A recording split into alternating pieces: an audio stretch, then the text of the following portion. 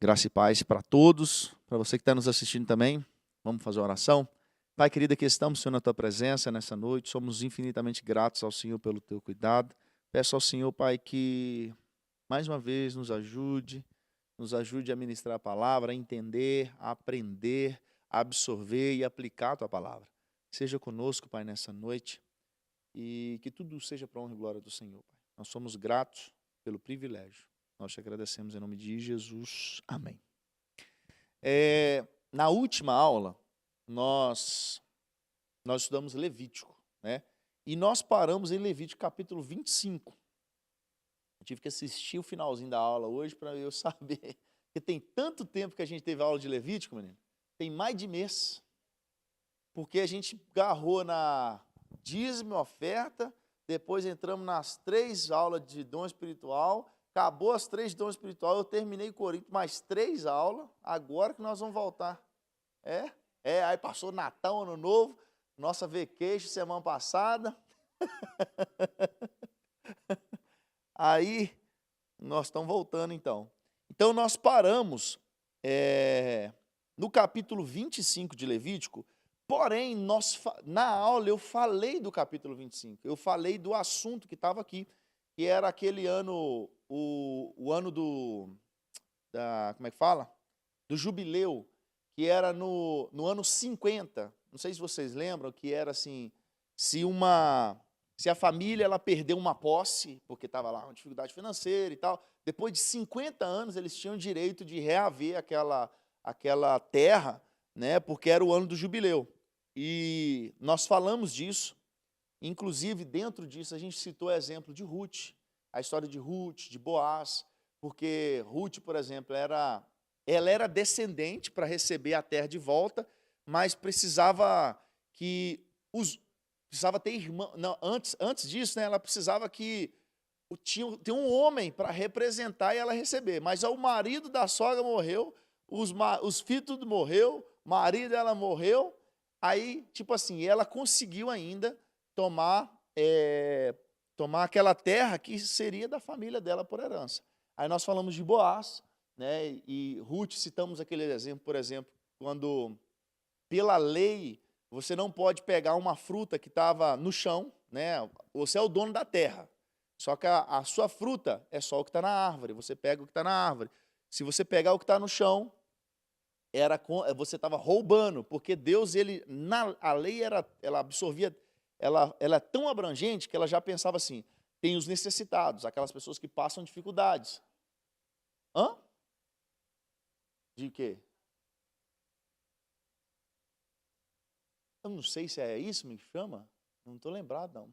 Pode ser que é. Não, eu não lembro o nome, não.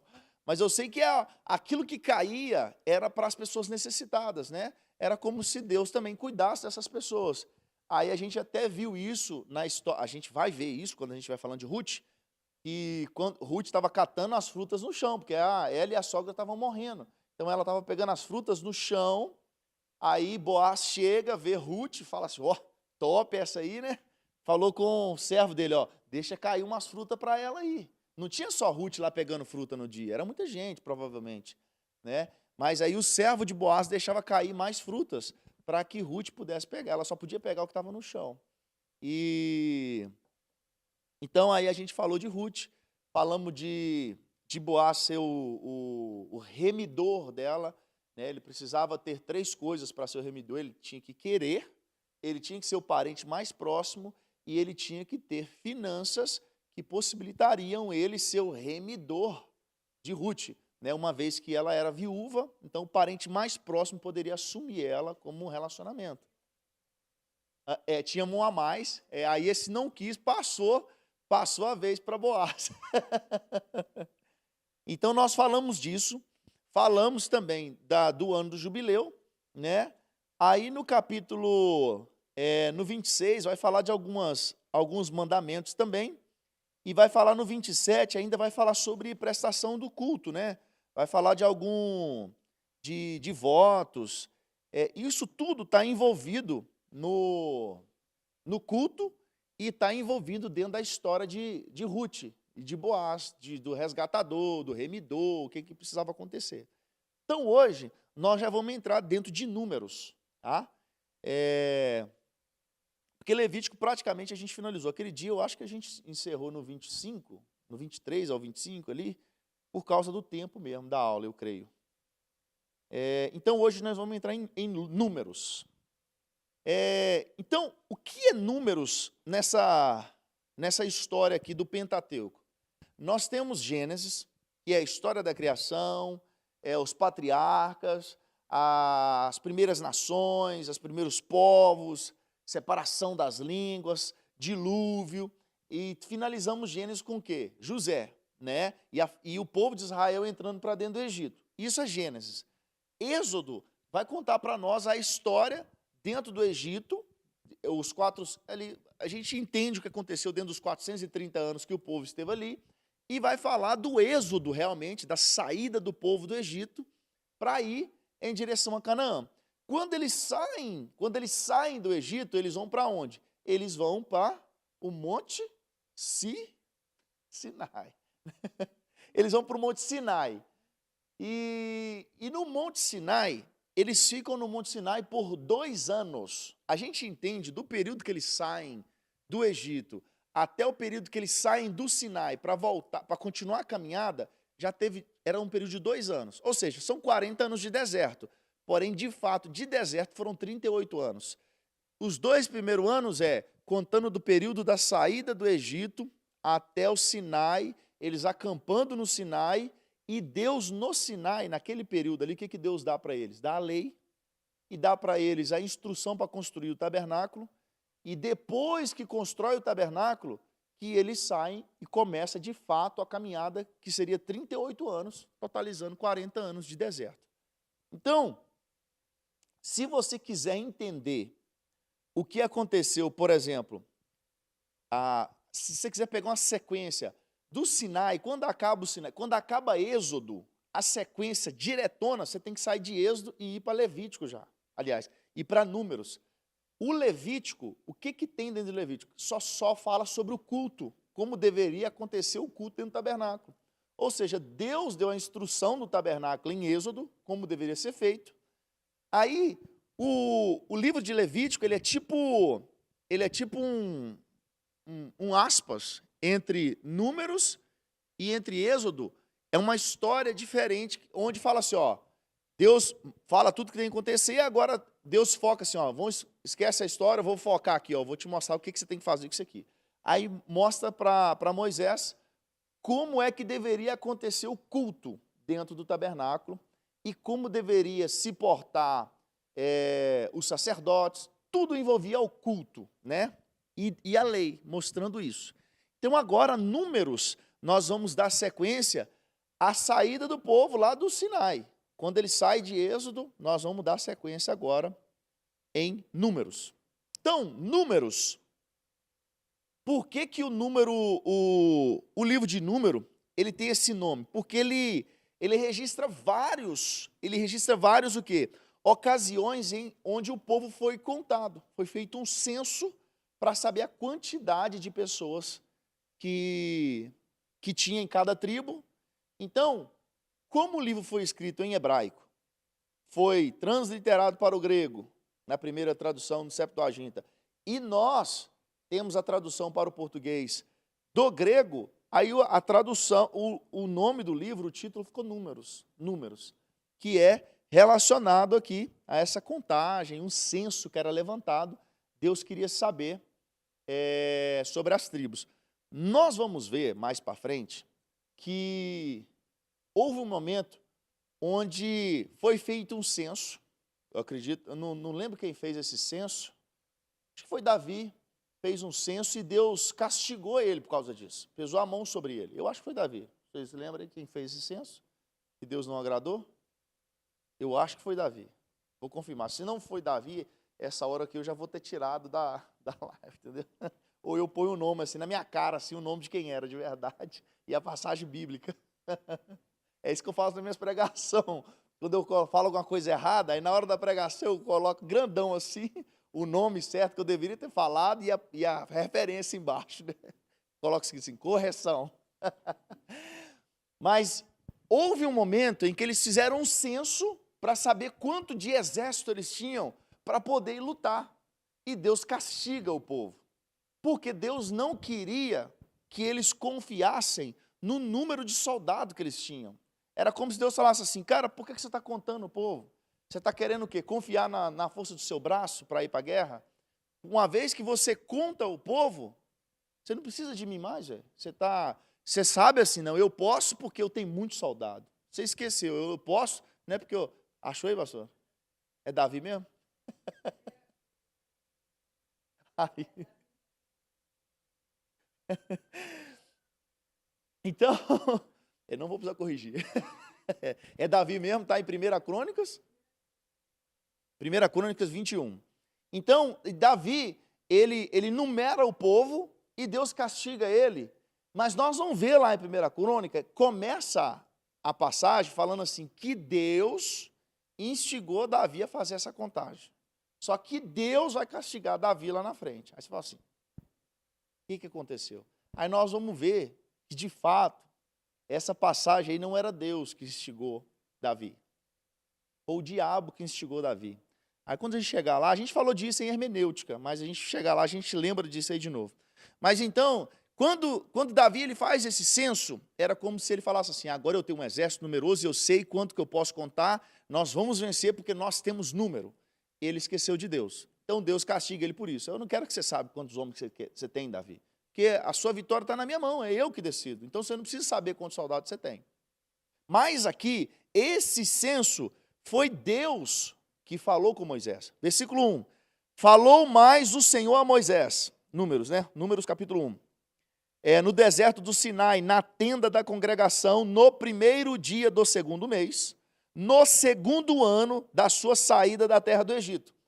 Aí você vê, eles estão aqui no segundo ano já que eles saíram da terra do Egito.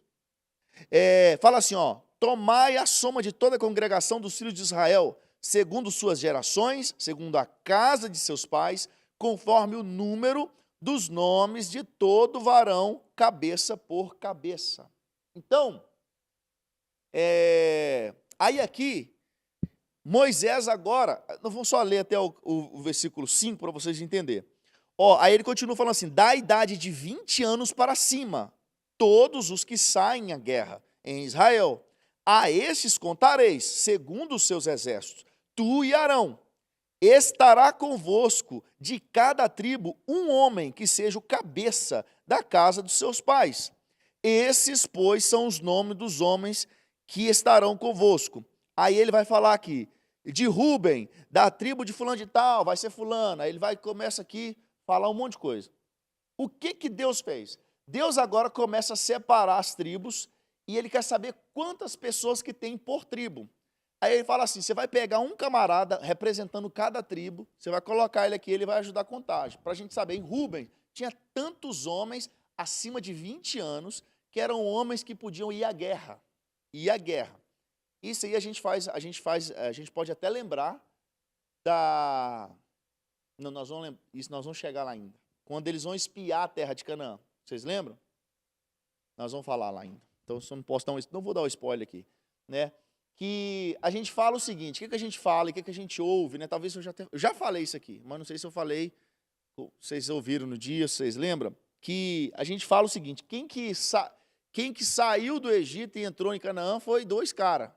Quem que era? Josué e Calebe. E a gente fala o seguinte, somente 2 camaradas que saiu do Egito entraram em Canaã. E esses 2 eram Josué e Calebe. Mas, de fato, não são só eles. Porque quando eles vão olhar a terra, espiar a terra, eles voltam com um relato para Moisés. Fala assim, Moisés, a terra é top mesmo. Mas aí 2 falam, bom, Josué e Calebe, eles falam assim, cara, a terra é top. É tudo aquilo que a gente precisa. E os outros 10 falam assim, mas tem gigante lá. Os filhos de Anak, eu acho. Eles vão matar a gente, nós vamos ser como gafanhotos perto dele. Eles vão pisar em nós. Tipo assim, e Josué e Calebe, não, mas Deus deu para nós essa terra, a gente pode ir contra eles. E os outros deram um relatório para trás. Aí, naquele dia, Eles rodearam a terra de Canaã por 40 dias. 40 dias eles rodearam Canaã para trazer o relatório para Moisés sobre a terra. Quando eles vêm com um relatório negativo, Deus fala com Moisés: Moisés, porque o povo trouxe esse relatório negativo, a quantidade de dia que eles rodearam a terra vai ser a quantidade de anos que eles vão rodar o deserto. Ou seja, foram 40 dias rodeando a terra, isso virou 40 anos de deserto, por causa de 10 cara que foi lá e puxou para trás tudo aquilo que Deus tinha falado. E aconteceu o seguinte também, Deus falou assim, ó, todo homem de 20 anos para cima, todas as pessoas de 20 anos para cima, vai morrer todo mundo no deserto, com exceção de Josué e Calebe. Ou seja, Josué e Calebe ficaram vivos, só que todo mundo de 20 anos para baixo também, entendeu? Então, assim, quem tinha 20 anos para cima, morreu todo mundo no deserto e nasceu uma nova geração no deserto, com exceção de Josué e Calebe. Então, quem entra na terra, que saiu do Egito, é Josué e Calebe e toda a galera que tinha 20 anos para baixo. Todo mundo entrou na terra. Você ia falar alguma coisa?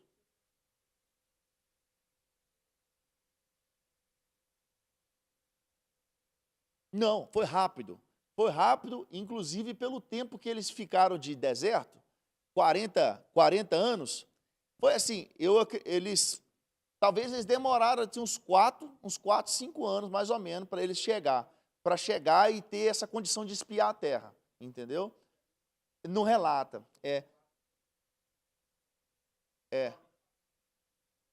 Não, o 40 anos de deserto, não, esses 4, 5 anos, está incluso nos 40 anos.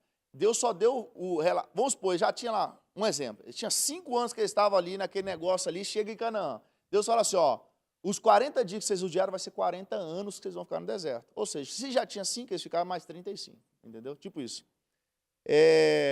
Até mesmo porque os 2 primeiros anos eles estavam lá no Sinai ainda, entendeu? Então, assim, eles não foram em Canaã nesse período aqui para poder avaliar a terra, se era a terra boa, né? Então, você vê que, por que eu falei dos 20 anos? Porque está falando aqui, ó, no versículo 3, da idade de 20 anos para cima, todos que saem para a guerra, esses vão ser contados. Ou seja, foi os de 20 anos para cima, morreram todo mundo no deserto. Para baixo, ficou todo mundo vivo.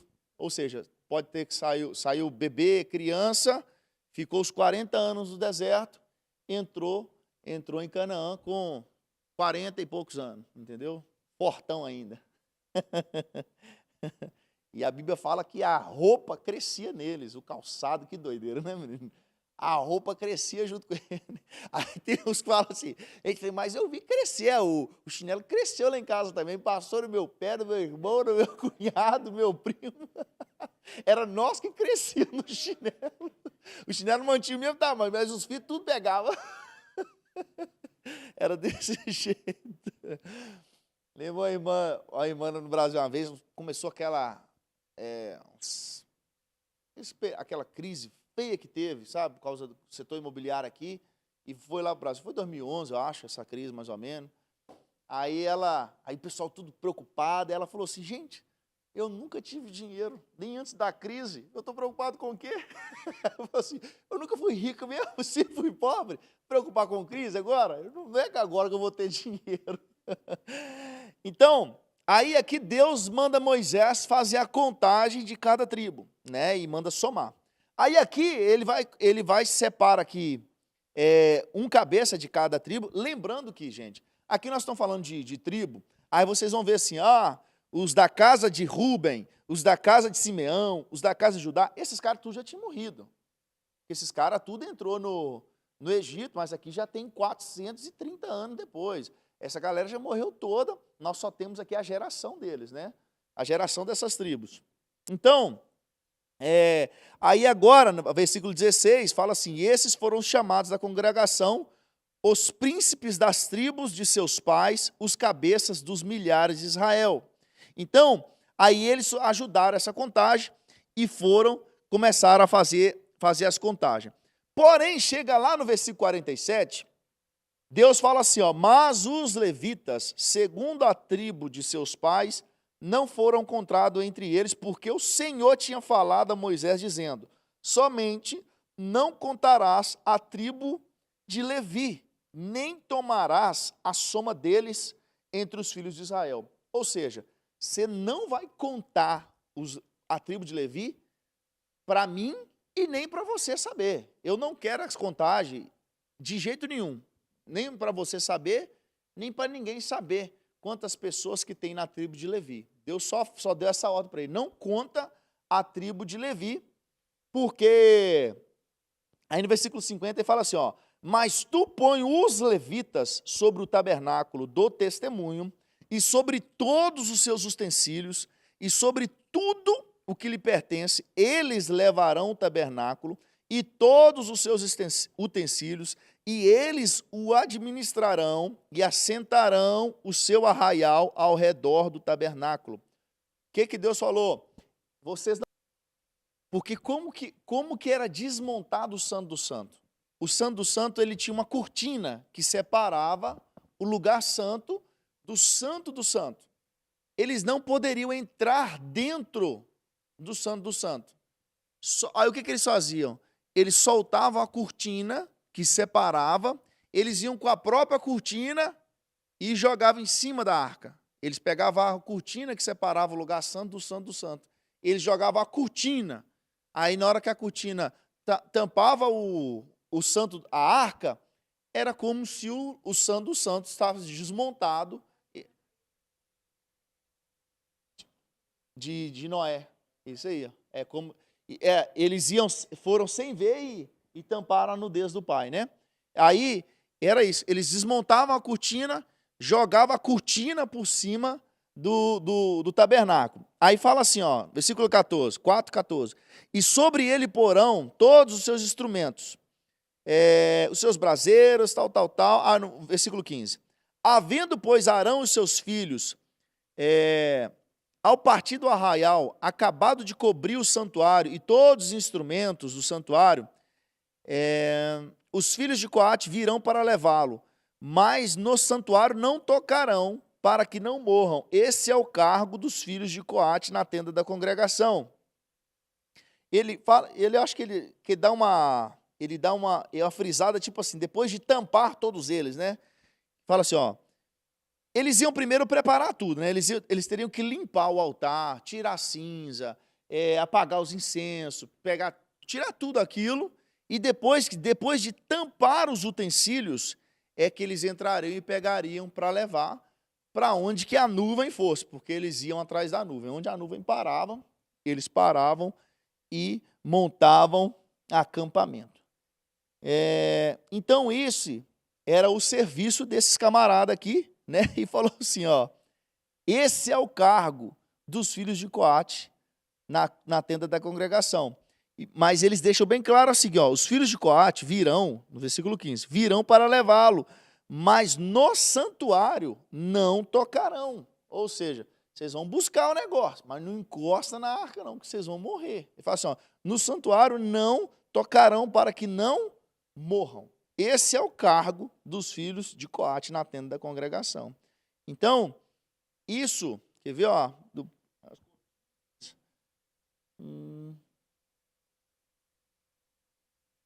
é isso aí mesmo. Eu acho que era esse que eu estava caçando, que se eu achar um outro eu falo para vocês. Mas então o camarada, ele estava desconfiado se a mulher estava traindo ele, né? Aí ele ia lá no sacerdote, aí ó, você vê aqui, ó, versículo 13, de maneira que algum homem se houver deitado com ela, vou ler o 11, falou mais o Senhor a Moisés, dizendo, fala aos filhos de Israel e diz-lhes, quando a mulher de alguém se desviar e prevaricar contra ele, de maneira que algum homem se houver deitado com ela e for oculto aos olhos do marido, e ela o tiver ocultado, havendo-se ela contaminado, e contra ela não houver testemunha, que ela não foi apanhada, né, como é que fala? No perpétuo, no flagrante, no perpétuo não, né? No flagrante. Eu lembrei do Alexandre de Moraes, no flagrante perpétuo, aí falei dele. Mas é no flagrante, né? Tipo assim, o cara tá desconfiado, mas ele não tem testemunha contra ela. O que ele vai fazer? Ele acha que ela traiu.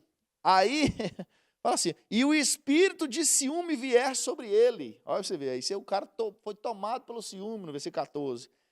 E de sua mulher tiver ciúme por ela se haver contaminado, ou sobre ele vier o espírito de ciúme, e de sua mulher tiver ciúmes, não havendo ela contaminado, ou seja, ele está com ciúme, mas a mulher, na verdade, não fez nada. Precisa tirar essa prova, né? O que eles tinham que fazer? Então, versículo 15, aquele varão trará sua mulher perante o sacerdote e juntamente trará sua oferta por ela.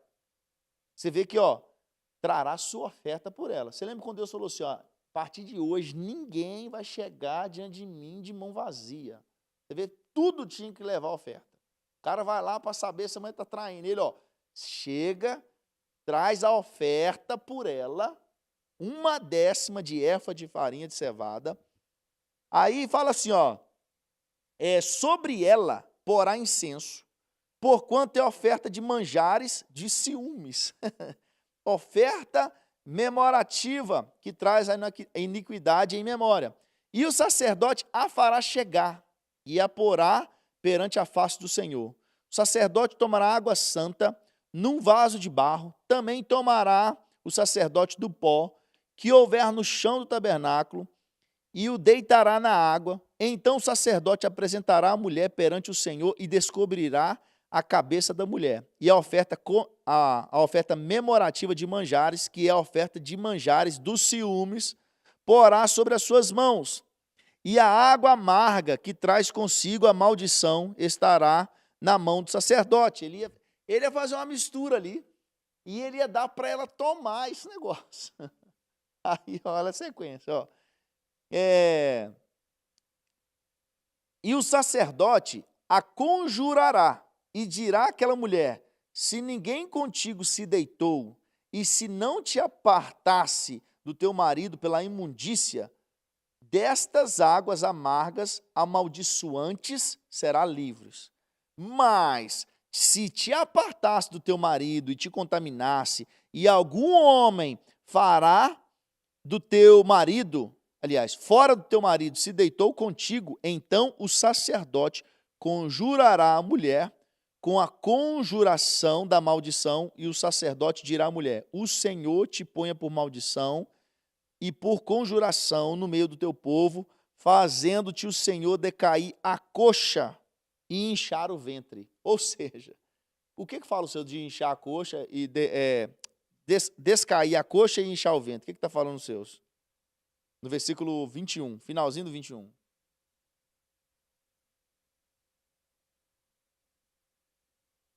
Aí. Tá vendo?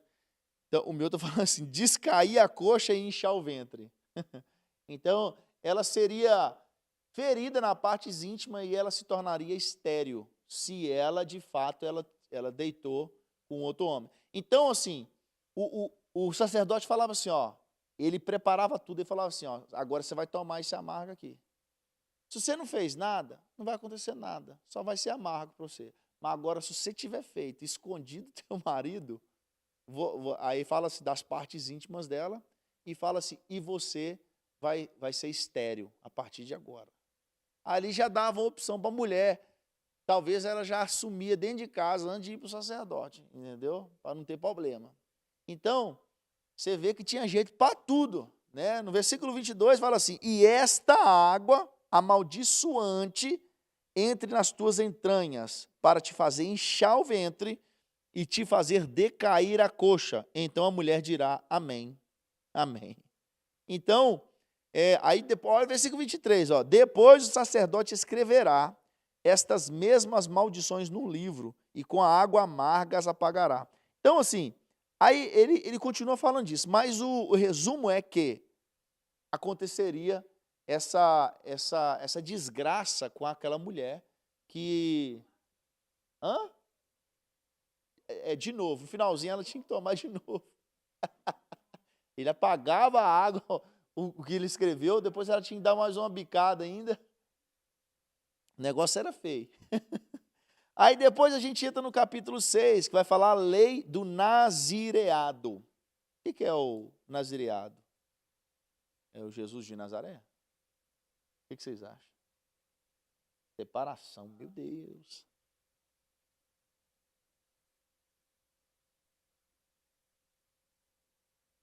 Isso aí. Então, Sansão era voto de Nazireu, né? E falou o Senhor a Moisés dizendo: fala aos filhos de Israel e diz-lhe: quando homem ou mulher se tiver separado, fazendo voto de Nazireu para se separar para o Senhor, de vinho e de bebida forte se apartará. Vinagre de vinho ou vinagre de bebida forte não beberá, nem beberá alguma beberagem de uvas, nem uvas frescas, nem secas comerá. Todos os dias do seu nazireado não comerás de coisa alguma que se faz da vinha, desde os caroços até as cascas. Todos os dias o seu voto do seu nazireado sobre a tua cabeça não passará navalha, até que se cumpra os dias que se separou para o Senhor. Santo será, deixando crescer as guedalhas do cabelo da sua cabeça. Todos os dias que se separar para o Senhor, não se chegará a corpo de um morto, por seu pai, ou por sua mãe, ou por seu irmão, ou por sua irmã, por eles se não contaminará, quando forem mortos, porquanto o nazireado do seu Deus está sobre a tua cabeça. Todos os dias do nazireado, santo será ao Senhor. Ele vai falar aqui do voto de Nazireu, né? E ele vai falar das coisas, por exemplo, quando Sansão, ele tinha esse voto de Nazireu, os pais deles fizeram. Então, Sansão ele não podia tocar em coisa morta, ele não podia beber vinho e ele não podia ter os cabelos, não podia passar a navalha no cabelo. E vocês lembram que a história de Sansão, ele faz um enigma, vocês lembram do enigma que ele fala? Eu não lembro o enigma agora aqui. Vocês lembram qual que era o enigma? Ele faz um enigma lá de um mel, né? Quando fala do mel, da abelha, tipo, ele cita o leão, que era uma fera, mas que na morte do leão surgia algo que era doce, porque o que aconteceu? Quando ele estava no caminho para a festa do casamento, ele encontrou um leão, uma carcaça de leão, e dentro dessa carcaça de leão tinha uma caixa de abelha, né? Uma casa de abelha com mel, e ele provou daquilo, ou seja, ele contaminou porque ele tocou em algo morto, né? Fazia parte, ele estava na carcaça de um leão. E ele faz esse enigma, e ele vacila lá, conta para a mulher conta para os homens, e ele perde a aposta que ele tinha feito lá do enigma, né? Então, assim, Sansão, ele tinha o voto nazireu, ele não podia cortar os cabelos, não podia tomar vinho, e ele não podia tocar em nada morto. O voto de Nazireu de Sansão era por toda a vida, ele não tinha período para acabar. O tipo de voto que os pais fizeram é por toda a vida, só que existia o voto de Nazireu com o tempo contado. Até, sei lá, até 30 anos de idade, ou até 20 anos de idade. E aquele voto se cumpria naquele período. Depois daquele período ele estava livre do voto, né? Mas o de Sansão era por toda a vida. Então, a pessoa podia fazer, no caso de Sansão veio dos pais, mas a pessoa ela podia fazer esse voto ela mesma, em vida, né? Tomava ciência das coisas, e ela decidia, a partir de agora eu vou fazer um voto de Nazireu, até o dia que eu morrer, ou até tanto tempo. O primo da minha esposa, né? O primo da Lília, ele parou de tomar refrigerante, né? Aí a gente às vezes fazia o voto assim, vou ficar um ano sem tomar refrigerante e tal. Aí ele falou assim, ele fez um voto de nunca mais na vida dele tomar refrigerante. E ele era aquele cara assim, fanático em refrigerante. Eu falei assim, meu Jesus amado. Eu falei assim, eu não preciso de eu fazer esse voto, eu estou pensando, não quero pensar muito nessas coisas, não. Fiz um voto de 1 ano e ficar sem refrigerante já era uma dificuldade, menino. Nunca mais, é muito tempo, né, menino? Falando disso aí, eu estou lembrando aqui agora de um pastor, de um apóstolo chamado Joel Pereira. Esse cara, eu até entrei em contato com ele uma época, ele vinha aqui na Ramp, e ele atendeu assim, de bom grado, né? Na época, ele falou assim, ô pastor, eu tenho o prazer de ir, mas só que eu cancelei toda a minha agenda, porque o meu pai faleceu, o pai dele tinha falecido aquela semana, menino. E ele tinha cancelado todas as agendas do ano, porque o pai dele tinha falecido, né? E eu entrei em contato com ele logo naquela semana. Azar, né, menino? Aí, mas ele ele pregando num evento, numa igreja, e ele falando de voto, assim, né? E diz ele que ele estava falando assim que o exemplo dele era o seguinte: nós temos dentro de nós um motor, uma potência que a gente não sabe usar. E que a gente não vai tão longe porque a gente não conhece a força que está dentro da gente. Ou a gente não conhece o motor que está dentro da gente. A gente não sabe do que a gente é capaz se a gente estiver focado na coisa certa, estiver focado em Deus. E diz ele que foi pregar numa igreja, chegou para pregar na igreja, e o combinado era o seguinte: pastor, eu vou pregar, tipo num sábado assim, era o último dia do evento, só que na hora que acabar o culto eu não posso ficar 1 minuto dentro da igreja, eu tenho que acabar de pregar e rachar fora para o aeroporto. E o aeroporto ficava assim umas 4 horas do lugar, e ele ia pegar o aeroporto. Aí, menino, pega o aeroporto, pegar o avião no aeroporto. Aí ele pregou e já, aí na hora que ele saiu para lá de fora, tinha uma F-250 esperando ele. Ele falou: rapaz, graças a Deus, um carrão desse aí sentar o burraio pra gente chegar no aeroporto. Dizer que chegou lá, era um senhorzinho no carro, rapaz. Aí o senhorzinho falou assim: ô pastor. Aí ele: ô irmão, pode senhor, vou partir já, porque é 4 horas daqui até lá. E nós já estamos com o tempo contado.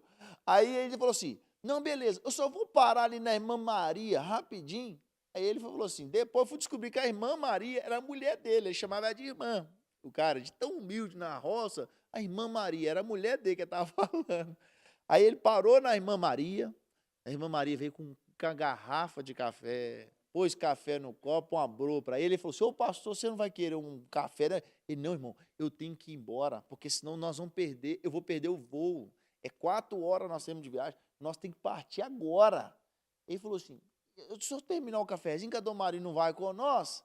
Então, aí ele: oh, meu Deus do céu, ele pensou assim: meu Deus, Jesus, irmão, pôs eu na prova e tal. Aí diz ele que na hora que o cara resolveu, pegou a estrada e falou: graças a Deus.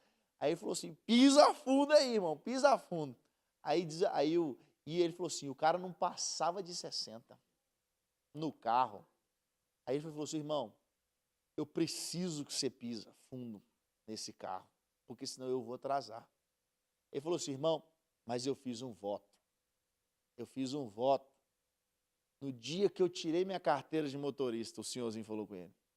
No dia que eu tirei minha carteira, eu falei com o senhor que eu nunca na minha vida eu passaria de 60 km/h. Nunca na minha vida. Eu nunca fiz mais que 60 km/h.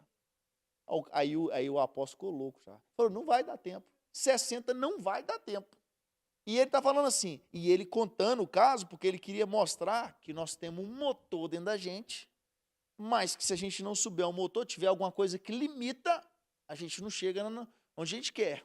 Aí ele falou assim, meu Deus, o cara não pode passar de 60, eu vou perder o avião. Aí ele falou assim, aí Deus me deu uma estratégia. Falei com ele: irmão, deixa eu dirigir o carro, então. Eu levo o carro, porque eu não tenho esse voto de 60. Aí ele: mas eu tenho outro voto. Esse carro não é meu. Esse carro é do meu patrão. No dia que ele comprou esse carro zero, me deu a chave, eu falei assim: eu prometo para o senhor, eu não deixo ninguém dirigir esse carro. Nossa! Aí ele falou assim: agora sim, agora eu tô pego. O cara não pode dirigir, ninguém pode dirigir, e ele ainda não pode passar de 60, e eu vou perder o avião. Aí diz ele que... Aí ele falou assim: meu Deus, me dá estratégia, o que eu vou falar com esse cara? Aí diz ele que Deus trabalhou e falou assim: irmão, você fez foi o quê? Você fez um voto com Deus? Ele, eu fiz um voto, irmão. Eu tenho 2 votos com Deus. Ele falou assim, mas você sabe que o sacerdote ele pode revogar voto. Você sabe disso? Aí o cara, pastor, pode? Aí ele começou a entrar na palavra. E ele preocupado com o voo, aí ele teve que entrar na palavra e falar com o cara, não, o sacerdote, ele revoga votos. Aí ele começou a entrar na Bíblia, mostrando. Aí foi revogado isso. Ele falou assim, e eu preciso que você revoga esse voto de passar de 60. Eu preciso que você pisa, nós precisamos fazer uns 120 daqui da lá. Aí o irmão, com muito custo, aceitou. Aí ele orou pelo irmão. Pá, pôs a mão na cara. Aí ele, você vai revogar então, pastor? Ele, vou orar agora para você. Eu sou sacerdote. Meteu a mão na cabeça do cara, pá, orou, falou assim, eu libera ele desse voto, em nome de Jesus. Diz ele que o cara começou a pisar, menino, no carro. 70, 80, 90, 130. Ele falou assim, tá bom, irmão, pode ter isso só. Ele falou assim, e o carro era turbinado. Ele falou assim, o carro nunca tinha acelerado aquele tanto, porque desde que o carro era novo, estava com o carro, nunca passou de 60, só ele que dirigia. Diz ele que, ele falou assim, irmão, não é que esse carro anda demais, meu Jesus, esse carro corre demais, que gostoso, eu nunca andei esse tanto assim e tal. E ele lá, não, irmão, Deus está te dando vitória e vai embora. O cara, não, bro, na hora que ele chegou no aeroporto, ele falou assim, pastor, obrigado. Aí o pastor pôs a mão na cabeça e disse, Senhor, volta todo voto que ele fez, que ele cumpra esse voto enquanto ele viver.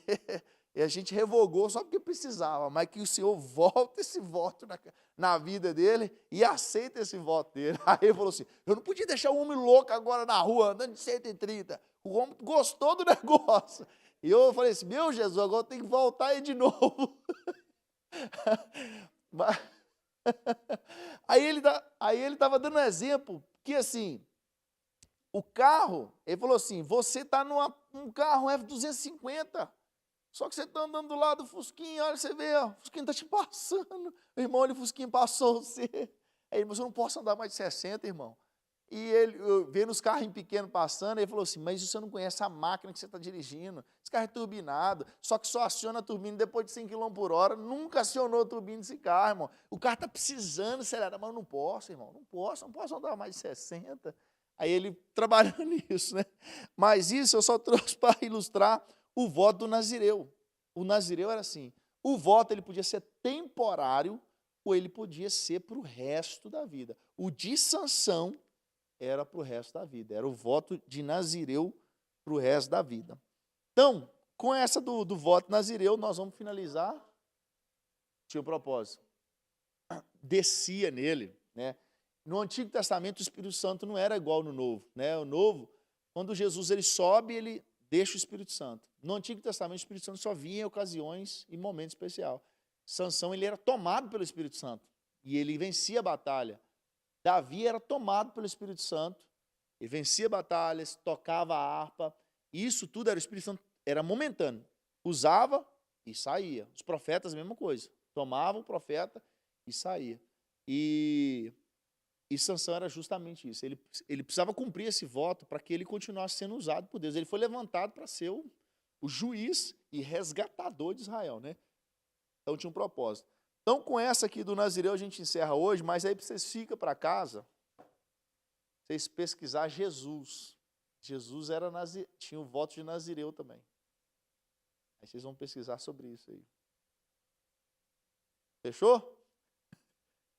O voto de Nazireu de Jesus. Pesquisa lá que vocês vão achar. Top. Vão achar forte lá o negócio. Vocês vão querer ter pregado depois disso. Não vai precisar de revogar decreto nenhum aqui.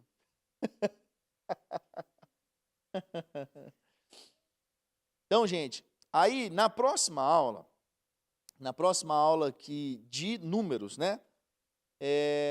A minha intenção já é a gente terminar números todo, não gastar muito tempo em números, a gente já passar números todo para a gente entrar já em Deuteronômio. Deuteronômio, nós vamos ver, né, mais para frente, que ele faz menção a uma segunda lei. O que é segunda lei? Tinha a lei que Deus deu no Sinai, só que a geração morreu, nasceu uma outra geração, e a lei precisou ser comunicada novamente. Então ela foi repassada novamente, e isso a gente vai ver em Deuteronômio. Deuteronômio faz menção à segunda lei, ou a segunda vez que a lei ela foi passada para o povo, né? Então nós vamos ver isso na nossa próxima aula, não na próxima. Isso, tinha que repassar, verdade. Então vamos orar então, gente, para a gente partir. Quarta-feira nós estamos de volta. Quarta-feira nós vamos finalizar Coríntios, segunda carta de Paulo aos Coríntios. Pai querido, aqui estamos, Senhor, na Tua presença nessa noite. Somos infinitamente gratos ao Senhor. Obrigado, Senhor. Obrigado por esse momento. Obrigado pelo privilégio de aprender mais e mais sobre a Tua palavra. Eu peço ao Senhor, Pai, que nos ajude. Nos dê um resto de dia abençoado. Leve-nos para nossos lares, Pai. Assim como o Senhor nos trouxe em paz e segurança, que nós venhamos ter uma noite que venha revigorar, Pai, nossas forças, nossas energias, e que em tudo isso, Pai, nós venhamos a mão do Senhor, vejamos a mão do Senhor, e que seja tudo para a glória do Senhor. Eu peço ao Senhor que leve-nos para os nossos lares, Pai, em nome de Jesus, em paz e em segurança. Que a graça do nosso Senhor Jesus Cristo, o grande amor de Deus e a comunhão com o Santo Espírito Santo seja contigo, com a tua casa, com o teu ministério. E a igreja diz amém. Amém, pessoal.